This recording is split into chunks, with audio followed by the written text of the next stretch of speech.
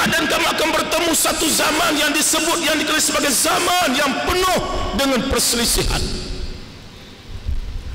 Perselisihan di zaman itu bukan satu perselisihan yang kecil, kata Nabi sallallahu alaihi wasallam, perselisihan yang cukup besar. Sebab itu atas kesedaran pada malam ini, walaupun kita sedar pertemuan dan perbincangan kita pada malam ini ada usaha untuk menghalang, ada usaha untuk membujuk saya supaya tidak hadir pada malam ini, tetapi saya hadir bukan atas kepentingan apa-apa. Apa kepentingan saya nak cari kecuali kepentingan Allah dan Rasul. Saya pegawai kerajaan, sebab itu saya tidak ada kepentingan apa-apa pun dengan Datuk Dr. Muhammad Hassan Hadi. Walaupun dia pernah menjadi esko, tidak ada sekelumit pun yang saya dapat daripadanya atas nama kepentingan peribadi, tetapi kerana kepentingan Allah, kepentingan ancaman yang pada hari ini yang digambarkan oleh Rasulullah sallallahu alaihi wasallam. Sebab itu kita nak memperingatkan saudara, memperingatkan kepada semua, kita nak supaya generasi kita akan datang yang kita bimbang, saudara muslimin dan muslimat yang dirahmati Allah,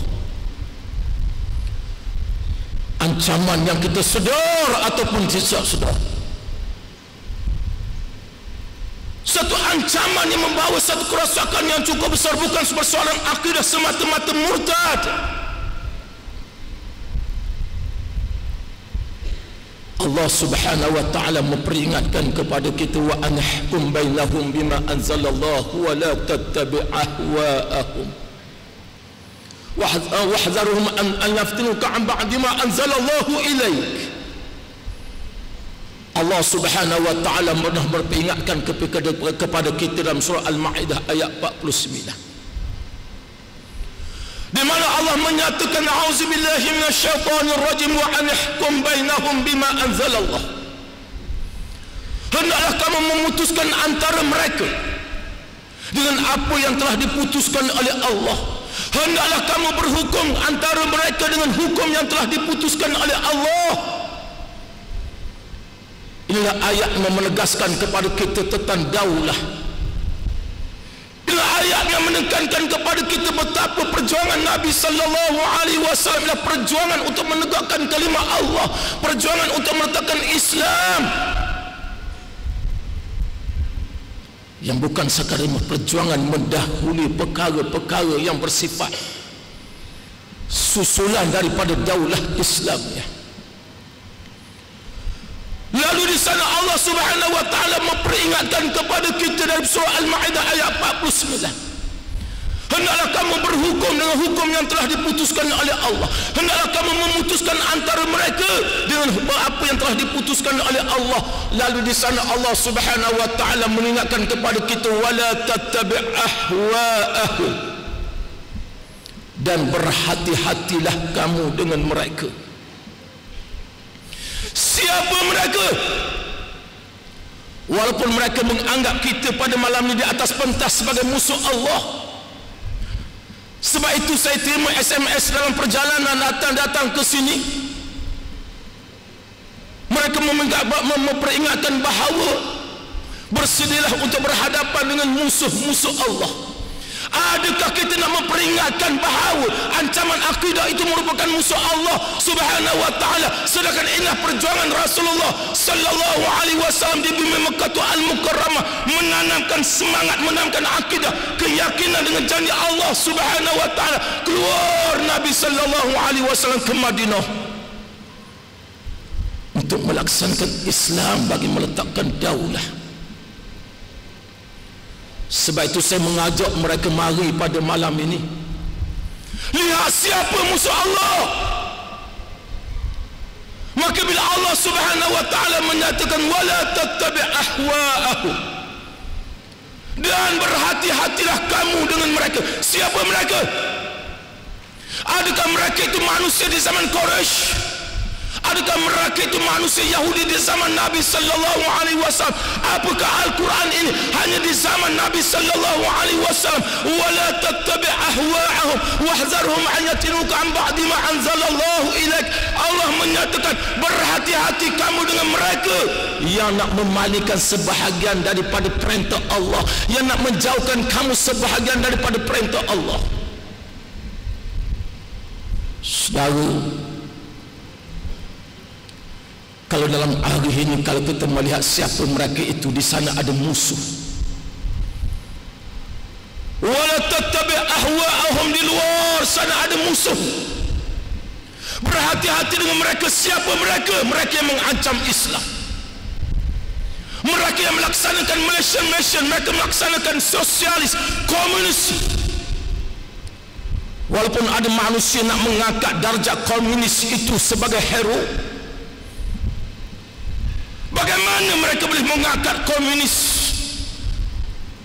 Suatu fahaman yang sesat, satu fahaman yang menjauhkan manusia daripada kebenaran dan keadilan Islam atas sedikit kepentingan politik.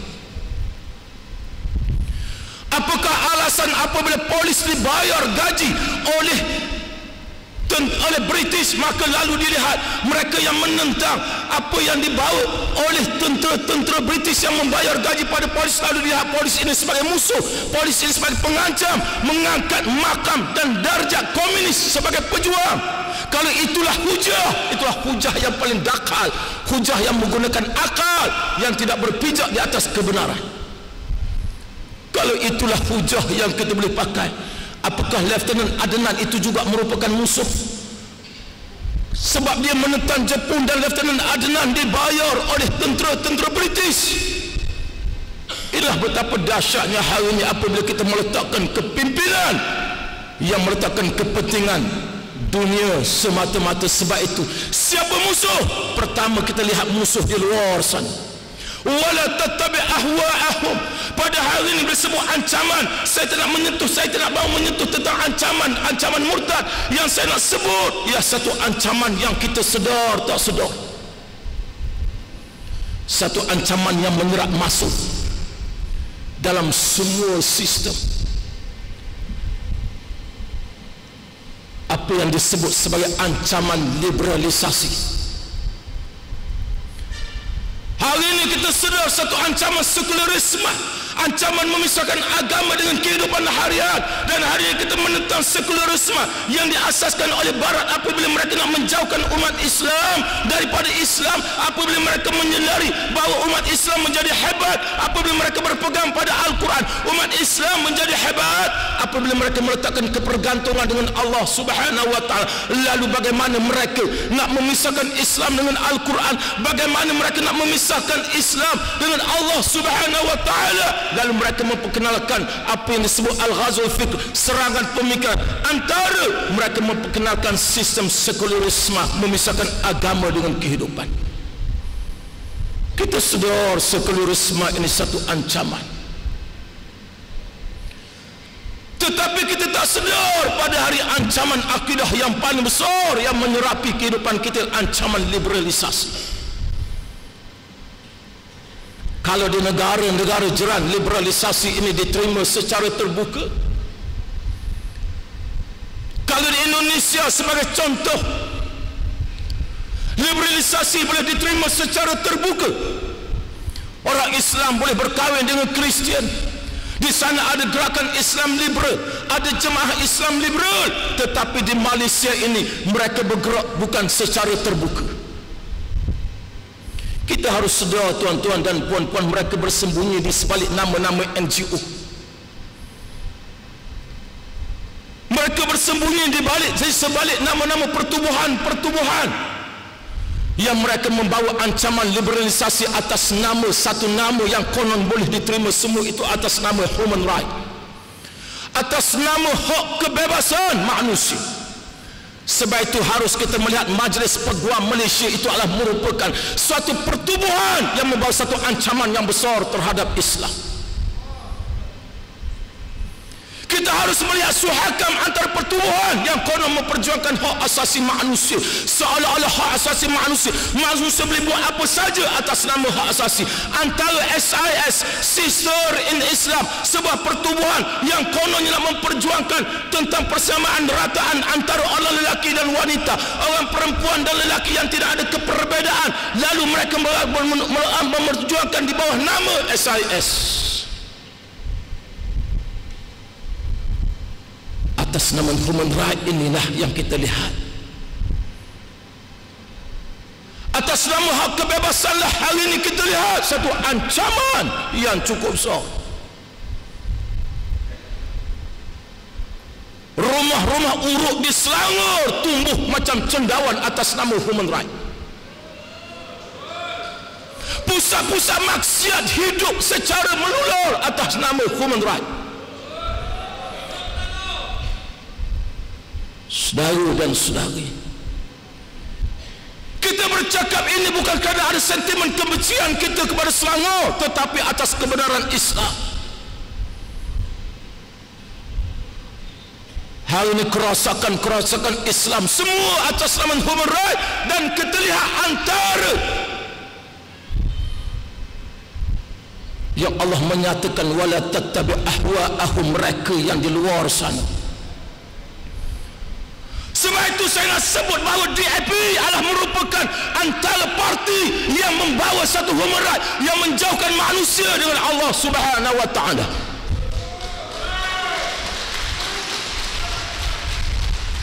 Kita harus sedar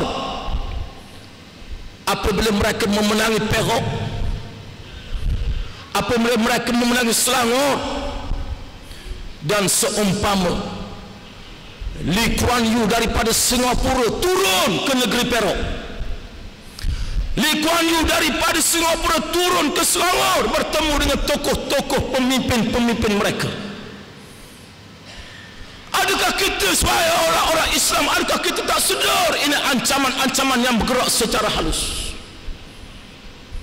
Kononnya atas nama human right. Apakah human right itu atas kebebasan kita bebas untuk melaksanakan apa saja kita laksanakan? Adakah atas nama human right kita bebas untuk berhimpun dan berkumpul? Apakah kita nak menyamakan perhimpunan 901 sama dengan perhimpunan Dataran Tahrir? Jauh langit dan bumi kalau nak membandingkan perhimpunan Tahrir dengan 901. Saudara dan saudari, sebab itu Nabi sallallahu alaihi wasallam menyatakan la darara wa la dirara. Kalau perhimpunan hanya semata-mata untuk memperjuangkan suara manusia, yang akhirnya dalam keadaan tak sedar, kita lihat bagaimana Allah nak menunjukkan hatta muslimat pun dalam keadaan menari-nari, hatta muslimat pun mampu mengeluarkan perkataan mampus. Apakah itu dia ajar soal kepada muslimat yang bertunduk labuh, yang tunduk kepada Allah Subhanahu wa taala? Saudara, saya berjuang dalam PAS di waktu saya pegawai kerajaan dan sekarang saya pegawai kerajaan. Saya kadang-kadang bingung kenapa waktu saya berjuang dalam PAS dan saya masih lagi dalam PAS pada hari ini. Ketika saya berjuang dalam PAS, ketika dalam kerajaan, saya diambil tindakan kerana mempertahankan Islam. Hari ini saya nak cakap Islam, saya pun diancam dengan oleh kelompok yang pernah saya agung dan kelompok yang pernah saya letakkan bahawa itulah di Islam. Sebab itu kita harus sedar ancaman-ancaman pada hari ini yang kita bimbang. Nabi sallallahu alaihi wasallam menyatakan apapun kebebasan, kita ada batas, kita ada had. Sebagaimana Rasulullah sallallahu alaihi wasallam menyatakan wa hadda hududa fala ta'taduha. Apapun atas nama kebebasan bukan kebebasan yang mutlak. Tetapi di sana Rasulullah sallallahu alaihi wasallam menyatakan wahaddah hududa, dan Allah telah meletakkan batas, dan Allah telah meletakkan kepada kamu atas had, dan jangan kamu melampau. Kalau kamu nak bebas, dalam Islam ada peraturan. Kalau kamu nak makan, dalam Islam ada peraturan halal dan haram. Kalau kamu nak berpakaian, dalam Islam ada batas dan peraturan. Kalau kamu nak mengeluarkan ucapan, dalam Islam ada had dan batasannya. Kalau kamu nak meletakkan Islam, apakah yang letakkan Islam? Yang diletakkan ialah had dan batas yang diletakkan oleh Allah Subhanahu wa taala. Sebab itu baginda menyatakan bahawa ad-dunya sijnul mu'min wa jannatul kafir. Dunia ini adalah penjara bagi orang-orang mukmin. Dunia ini adalah tahanan bagi orang-orang mukmin.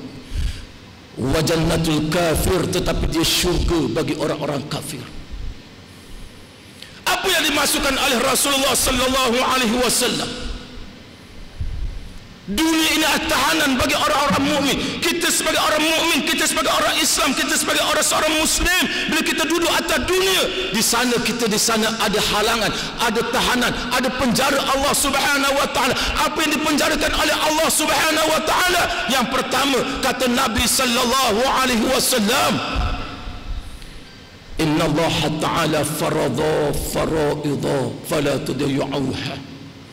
Allah telah meletakkan kamu ke atas kamu beberapa kefarduan. Jangan kamu sia-siakan. Wa hadda hudud, dan Allah meletakkan kamu hudud. Allah memerintahkan kamu melaksanakan hukum Allah. Sebab itu kenapa hari ini kita boleh mengubah satu perintah Allah Subhanahu wa taala atas nama kepentingan sementara kita.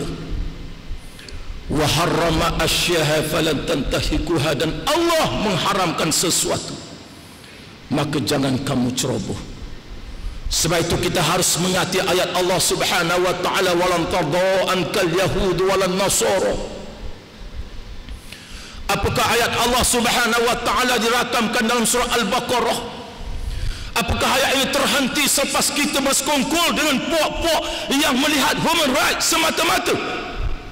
Apakah hari ini kita tidak membaca lagi ayat-ayat Allah yang dulu, yang sentiasa membasahi bibir kita tentang semangat-semangat ini banyak, bagaimana menegakkan kalimah Allah, bagaimana menentangkan kemurtadan, sedangkan kitalah dahulu yang menjadi juara yang menentang murtad.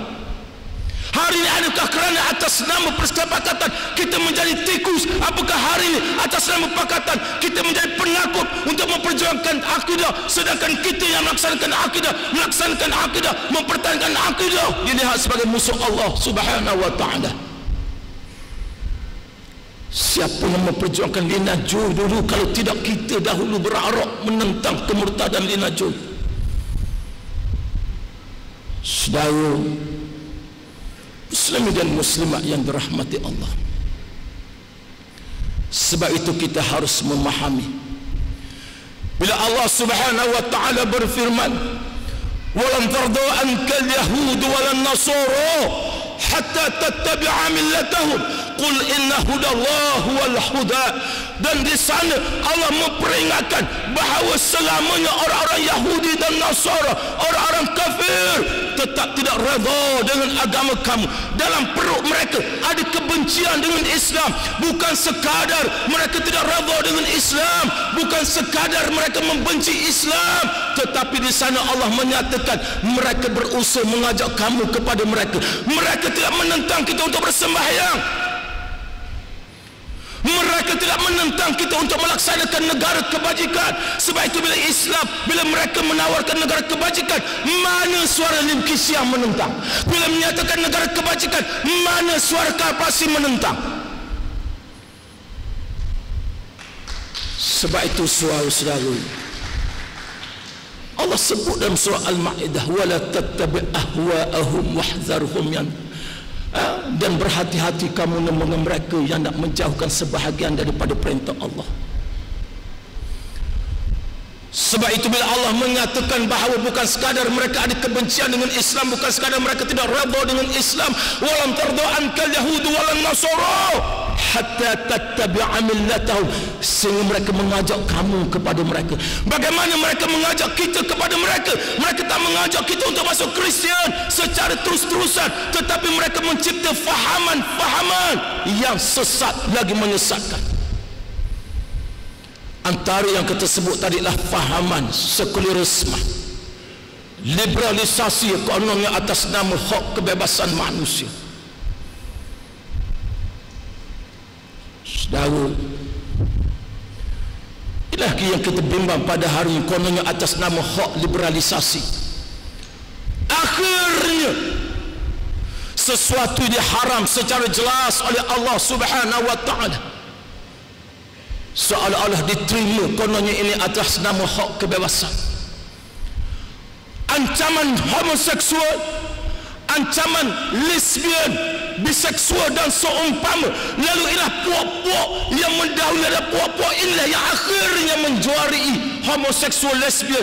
Dan kita lihat bagaimana Majlis Peguam Malaysia yang menyokong, yang mendukung untuk melaksanakan seks bebas. Bagaimana kita lihat Suhakam yang menyokong dan mendukung seks bebas. Bagaimana kita lihat SIS menyokong dan mendukung seks bebas. Yang paling biadab, ambiga, manusia yang utama menyokong dan juga menganjur seks bebas.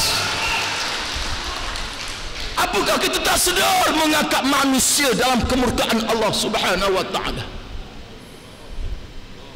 Apakah seks bebas ini satu human right atas nama hak kebebasan manusia? Kita nak memperingatkan mereka ini dan orang-orang bersama dengan mereka, malah sama-sama kita memperingatkan bagaimana hinanya manusia apabila meletakkan tentang nafsu kononnya atas nama hak kebebasan manusia. Allah memperingatkan dalam surah Al-A'raf ayat 176, famathaluhu kamathalil kalbi. Allah umpamakan seperti anjing, kata Allah Subhanahu wa taala. Mereka ini diumpamakan seperti anjing. Memang keras amaran Allah Subhanahu wa taala, mereka yang hidup di atas nafsu. Kononnya atas nama human right. Mana suara-suara yang menentang kejahatan manusia, kemaksiatan manusia. Sebab itu kita mengambil tindakan ini. Kita berada bersama-sama atas pentasan bersuara-suara, sebab kita mengambil apa yang disebut oleh Rasulullah sallallahu alaihi wasallam. Kalau kamu melihat kemungkaran di hadapan kamu, adakah kamu hanya sekadar memejam mata kerana sedikit kepentingan kuasa? Adakah kamu memejamkan mata kamu kerana bermimpi Putrajaya?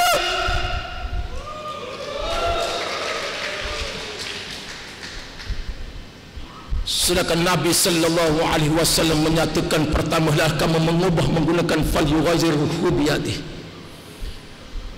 Ubah kamu dengan kuasa yang kamu ada. Tetapi kita lihat walaupun Selangor memiliki kekuasaan, bukan sekadar mereka mengubah semata-mata, tetapi mereka memperbanyakkan hiburan-hiburan yang melampau.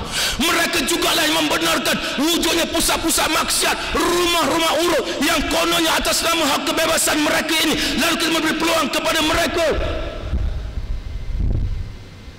Nabi sallallahu alaihi wasallam menjatuhkan fal yughayyiruhu biyadihi fa illam yastati'. Kalau kamu tak mampu mengubah dengan kuasa, dan kita sedar esko agama yang ada pada bekas esko agama sudah tidak ada kuasa. Yang paling malang kita memberi esko agama yang orang nak mengimamkan sembahyang pun tak boleh mengimamkan sembahyang, tiba-tiba nak jaga esko agama.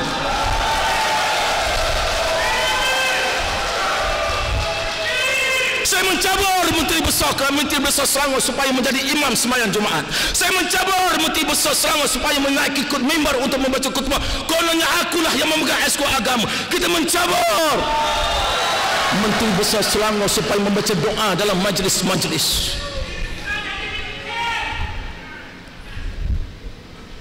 Saudara, saya sedar ucapan saya ini sudah pasti besok akan keluarlah kecaman daripada sahabat-sahabat saya. Saya sedar pertemuan pada malam ini merupakan ancaman kepada mereka yang akan mengancam dengan berbagai-bagai ancaman hina, penghinaan dalam blok-blok dan seumpama. Itu sebahagian daripada fitrah. Sebab itu kita nak mengingatkan mereka kembali bahawa fitrah dan sunatullah dalam menegakkan dan menyatakan kebenaran tidak ada jalan mudah. Kalau Rasulullah sallallahu alaihi wasallam nak meletakkan Islam, kalau Nabi sallallahu alaihi wasallam nak melaksanakan akidah, sehingga baginda menyatakan umir an uqatilan nas hatta yashhadu an la ilaha illallah anna Muhammad Rasulullah. Aku ni, kata Nabi sallallahu alaihi wasallam, diperintahkan oleh Allah untuk memerangi manusia supaya manusia bersaksi tidak ada Tuhan melainkan Allah, anna Muhammad Rasulullah. Tetapi tidak berarti walaupun kita tidak ada kuasa, bukan beramban bila melihat ancaman-ancaman akidah, apabila mereka membawa ancaman-ancaman idea dengan berbagai-bagai idea, kita terhenti. Tidak. Nabi sallallahu alaihi wasallam menyatakan fa illam yastati' fa bilisanihi. Kalau kamu tidak mampu mengubah dengan kuasa yang kamu ada, sebagaimana yang berhormat yang membuat melaksanakan Islam ketika memegang esko agama, menyerbu pusat-pusat maksiat, mengarahkan supaya arah-arah ini, supaya mereka ini menghadkan walaupun esko agama yang pernah melaksanakan Islam usaha, tetapi sedar ancaman-ancaman luaran sudah ada. Sebab itu ini fitrah dan sunnatullah. Lalu kata Nabi sallallahu alaihi wasallam fa illam yastati' fa bilisani. Kalau kamu tidak mampu, maka ubahlah dengan ucapan dan lisan kamu. Sebab itu walaupun di mana saja kita berada, kita akan bercakap, kita nak menjelarkan teman-teman kita bahawa bercakap, terus kita bercakap di mana saja, hatta di bumi Selangor ini.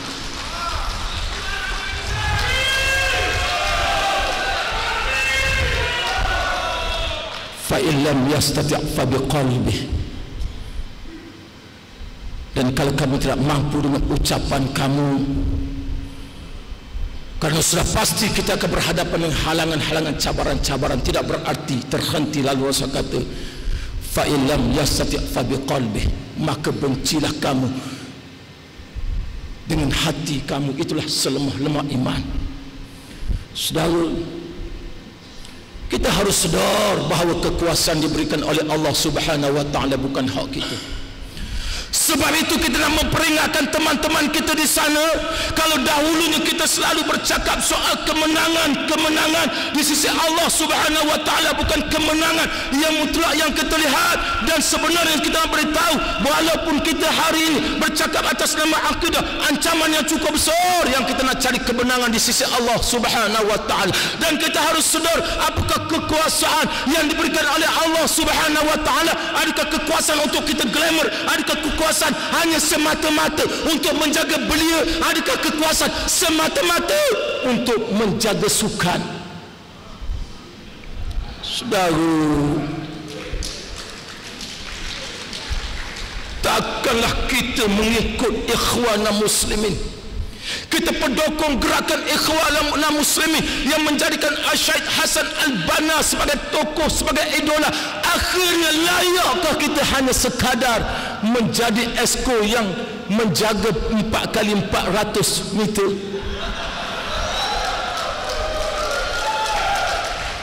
Sebab itu saya mencabar Pesuruhjaya yang baru ni supaya jangan menjadi bacul di atas apa yang berlaku pada hari ini.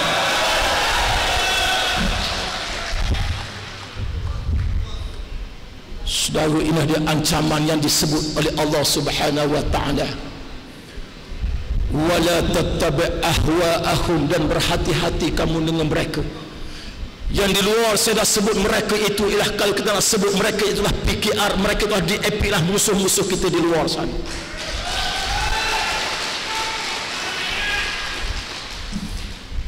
Wala tattabi' ahwa'ahum, di dalam siapa?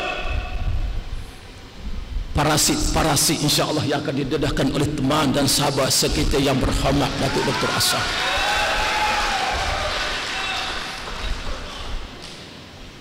Yang akhirnya kita lari daripada prinsip dan semangat perjuangan Rasulullah sallallahu alaihi wasallam. Sebab itu jangan kita ingat kuasa yang Allah beri kepada kita yang kita baca selalu saban hari, teman-teman kita baca. Qul Allahumma malikal mulki tu'til mulka man tasha' wa tanzi'ul mulka mimman tasha' wa tu'azzu man tasha' wa tuzillu man tasha'. Apa Apakah seolah-olah kita meletakkan kepergantungan kepada mereka untuk kita berkuasa? Apakah majoriti dan minoriti itulah yang meletakkan kita kekuasaan? Apakah kita buta sejarah ataupun kita buta perut, sedangkan sejarah mengajar kepada kita majoriti dan minoriti bukan faktor kemenangan. Faktor kemenangan apabila kita meletakkan kepergantungan dengan Allah Subhanahu wa taala. Kerana Allah lah yang berkuasa dan Allah memberi siapa yang Allah nak beri kekuasaan. Qul Allahumma malikal mulki tu'til mulka man tasha. Katakanlah wahai Muhammad, Allah lah memberi kerajaan dan kepada siapa Allah nak beri kerajaan.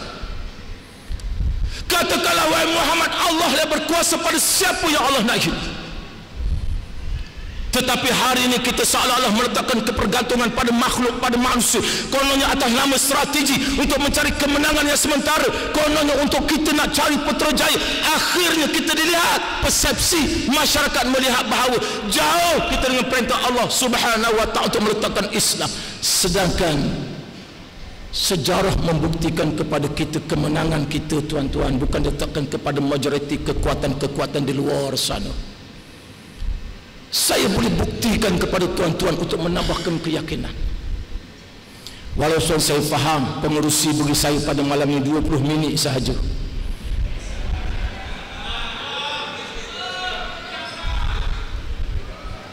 Tapi apabila saya berada depan mic ni, walaupun dia bagi 20 minit, saya akan bercakap sampai 12 malam.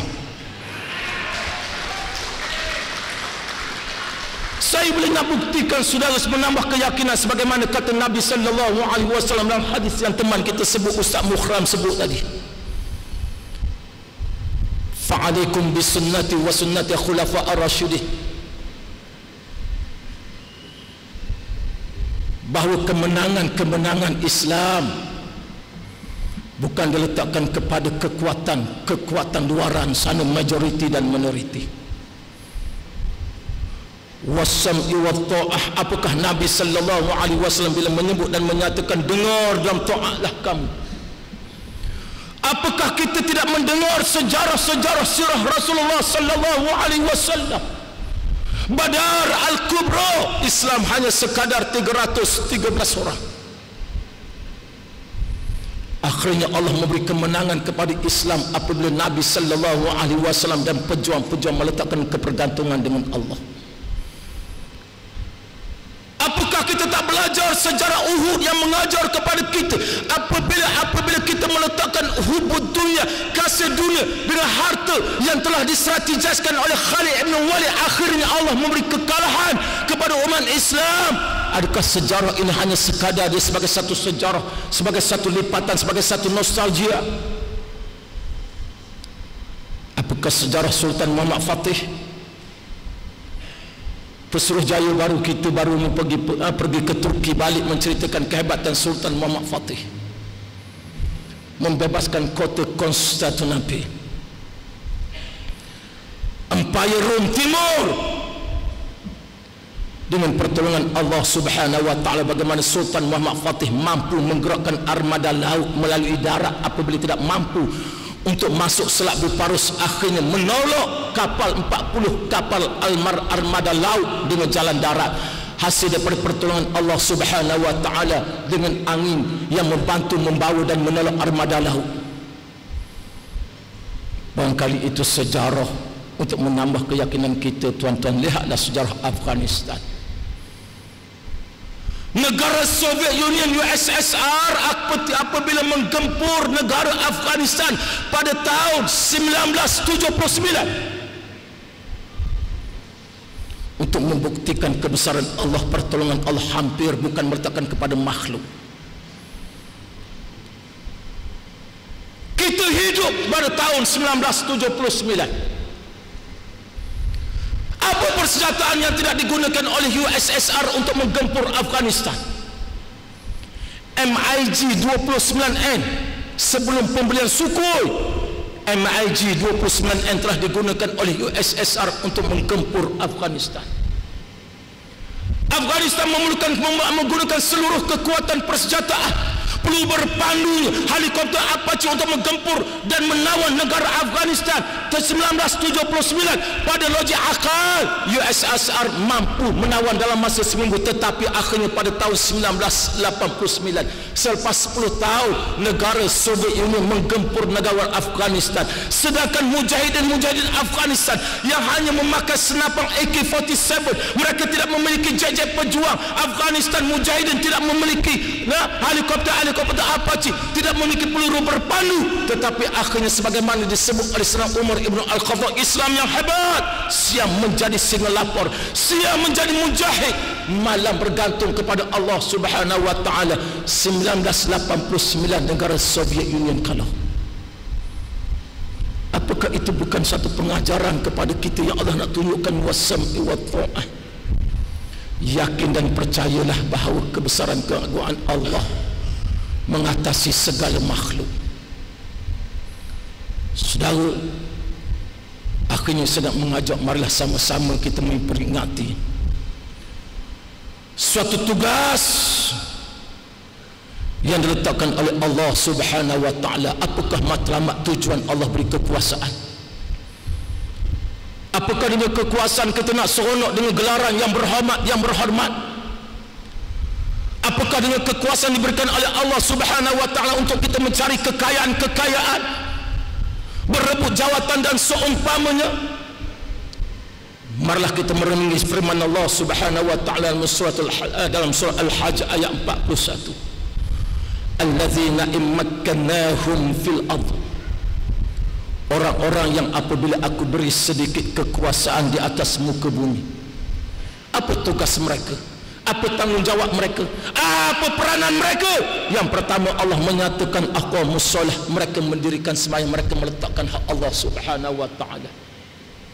Yang kedua, wa atawuz zakah, mereka menjaga hak kebajikan diletakkan yang kedua. Dan seterusnya, mereka melaksanakan amal ma'ruf dan mencegah mungkar. Sebab itu marilah atas nama dan perintah Rasulullah sallallahu alaihi wasallam, marilah sama-sama, walaupun apa persepadanan kita, walaupun apa ideologi kita, walaupun apa parti kita yang kita hari ini, marilah sama-sama kita melihat ancaman yang datang daripada musuh yang disebut oleh Allah Subhanahu wa taala, yaitu musuh di luar sana. Walan tardu ankal yahud walan nasara hatta tattabi'a millatahum. Qul inna hudallah. Lalu Allah menyatakan bahawa katakanlah petunjuk Allah lah petunjuk yang benar. Apapun ancaman akidah, fahaman yang diasaskan, yang dicipta oleh manusia, dia adalah sesat. Sebagaimana Allah menyatakan, wa ja'ala kalimatal ladzina kafaru sufla wa kalimatullahi al-'ulya. Dan adapun apa yang dibuat, apa yang dilaksanakan oleh orang-orang kafir adalah rendah dan hina. Wa kalimatullahi al-'ulya, kalimat Allah lah yang paling tinggi.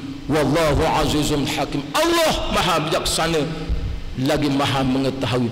Sebab itu sekali lagi saya mengajak teman-teman, apapun persepadanan kita, janganlah kita melihat di sana seolah-olah musuh kita kerana kita tidak bersetuju dengan mereka dan mereka tidak bersetuju dengan kita. Bagi kita, atas nama akidah, walaupun apa sahaja persepadanan yang ada, dia menjadi kewajipan kita bersama. Karena Nabi sallallahu alaihi wasallam menyatakan, wa innallaha amaral mu'min, Allah memerintahkan orang-orang mukmin, tugas orang-orang mukmin, tanggungjawab orang-orang mukmin, peranan orang-orang mukmin sama dengan tugas dan peranan Rasulullah sallallahu alaihi wasallam. Walaupun kita sedar, walaupun saya sedar suara saya kecil, walaupun saya sedar suara saya tidak mampu untuk menggugat mereka di sana, tetapi saya berpegang dengan seekor burung ciak di zaman Nabi Allah Ibrahim alaihissalam.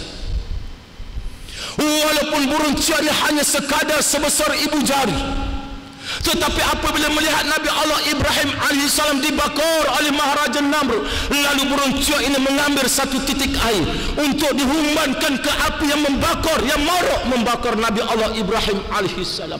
Walaupun ia ditertawa oleh burung-burung besar yang lain, walaupun dia tertawa oleh kelompok mereka yang memegang kekuasaan parasit-parasit ini, walaupun malam ini mereka mempertertawakan Dr. Hasan Ali, walaupun mereka mempertertawakan Ustaz Hasan Basri, walaupun mereka mentertawakan saudara Orman Toha, walaupun mereka mempertawa dan memperlekatkan himpunan pada malam ini, tetapi yakin dan percayalah bahawa kita akan ditanya di hadapan Allah Subhanahu wa taala. Biarlah kita menjadi seorang burung ciok, walaupun ditanya di hadapan Allah, di mana Allah bertanya, apakah sumbangan kamu, apakah peranan kamu dalam mempertahankan akidah Islam yang merupakan perjuangan Rasulullah sallallahu alaihi wasallam. Jawapan burung ciok ini, dia menyatakan, walaupun aku kecil, tetapi itulah sekadar kemampuan aku yang ada. Walaupun aku membawa satu titik air, walaupun mustahil untuk memadamkan api yang membakar Nabi Allah Ibrahim, tetapi paling tidak inilah jawaban aku di hadapan Allah, inilah jawaban saya di hadapan Allah Subhanahu wa taala. Apabila melihat kemungkaran yang ada di hadapan, apabila melihat ancaman-ancaman, sama-sama kita menolak walaupun apa saja yang berlaku. Aku qouli hadza wa astaghfirullahal azim li wa lakum. Assalamu alaikum warahmatullahi wabarakatuh. Takbir, takbir, wallahu a'lam. Alhamdulillah.